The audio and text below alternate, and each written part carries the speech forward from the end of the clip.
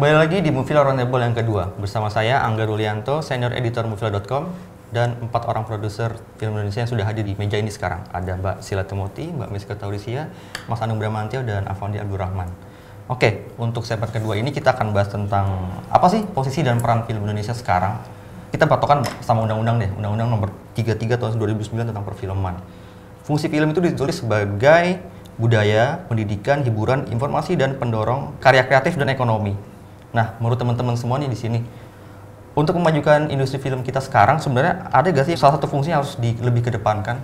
Kalau film itu kan memang kita balik lagi ke fungsi dasar si film gitu. Film itu adalah benda budaya yang punya nilai ekonomi. Dua hal tersebut tidak bisa dipisahkan menurut saya gitu. Film sendiri mempunyai suatu kekuatan yang sangat dahsyat. Dia soft power tapi super power.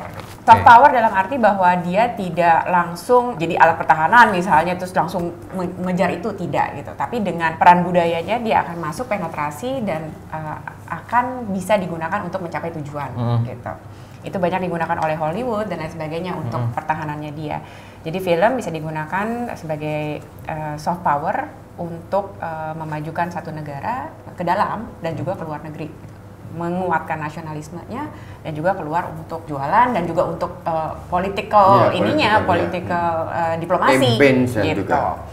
Nah, tapi film tuh memang punya dua sisi, budaya dan ekonomi yang sangat-sangat unik gitu. Secara budaya iya film itu kreatif gitu, ada hal-hal kreatif di dalamnya. Tapi sebagai ekonomi dia juga harus diatur gitu. Banyak sekali peraturan-peraturan dalam film atau kebijakan yang harus dibuat untuk film supaya dia bisa berputar, rodanya bisa sehat gitu. Supaya industri ini bisa maju, bisa jalan dan akhirnya bisa memberikan sumbangan buat negara, balik lagi gitu. Kalau kayak di industri Hollywood gitu, mereka memang eksploitasi ekonominya yang besar sehingga orang-orang tuh melihatnya seakan-akan film tuh ya cuma hiburan. Jadi akhirnya ke ekonominya yang tinggi gitu. Kenapa mereka punya star system atau apa? Itu kan lahir dari sana. Begitu nilai ekonomi, eksploitasi ekonominya besar, jadilah ini semua gitu. Jadi yang selalu kita omongin box office, berapa sih jumlah penonton, grossing segala macam itu. Tapi kalau misalnya balik lagi ke esensinya, kalau saya pas ngelihatnya akan lebih ke budaya gitu. Kenapa budaya? Karena kalau mau sekolah film kita sekolah apa? Kalau misalnya memang sekolahnya adalah balik ke misalnya ke bidang-bidang media art gitu kan, jadi director, jadi scriptwriter gitu. Mau lewat sekolah apa nih gitu. Kalau misalnya memang kita hanya mikirin film as an ekonomi doang gitu loh, bisa nggak kita bikin film kalau cuman dari sekolah ekonomi? Maksudnya bukannya gue meng-underestimate orang-orang yang nggak sekolah film, gue juga nggak sekolah film gitu loh, tapi kalau kita ngomongin roots baliknya benda itu film itu apa, saya tetap percaya benda itu film itu benda budaya, bahwa dia punya, karena tadi Lala bilang gitu, dia punya kekuatan yang bisa dimanipulasi untuk politik, dimanipulasi untuk eksploitasi ekonomi, karena itu spektrum sana malah yang lebih bisa gampang dieksploitasi, yang lebih gampang dimanipulasi instead of budaya itself. Jadi Mas Anung sebagai orang produser yang udah membuat film-film box office Indonesia. Waduh,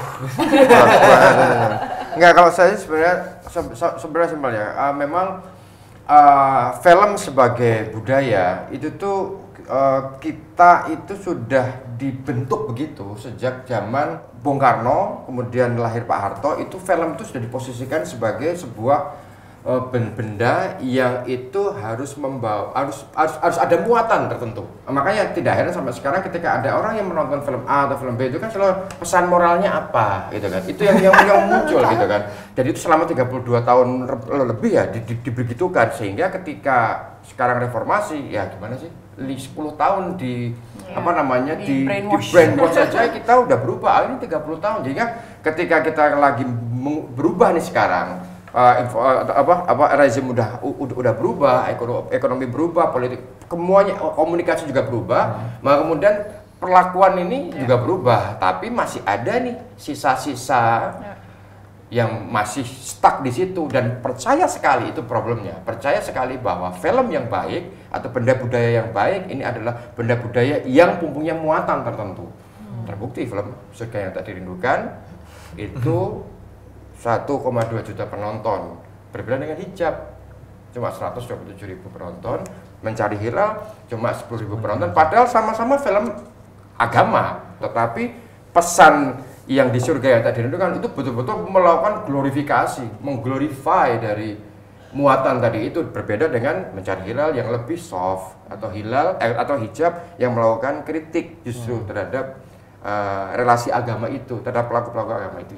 Ini ngomong mungkin dari sisi lain ya, banyak juga kita ngeliatin yang kanonnya budaya itu masih terlalu menurut siapa film ini sebagai budaya. Oh, budaya Indonesia kayak begini, budaya ini kayak gini, kita kasih lihat kan.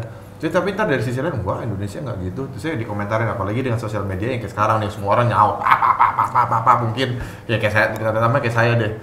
Yang Yang mana? yang kemarin itu.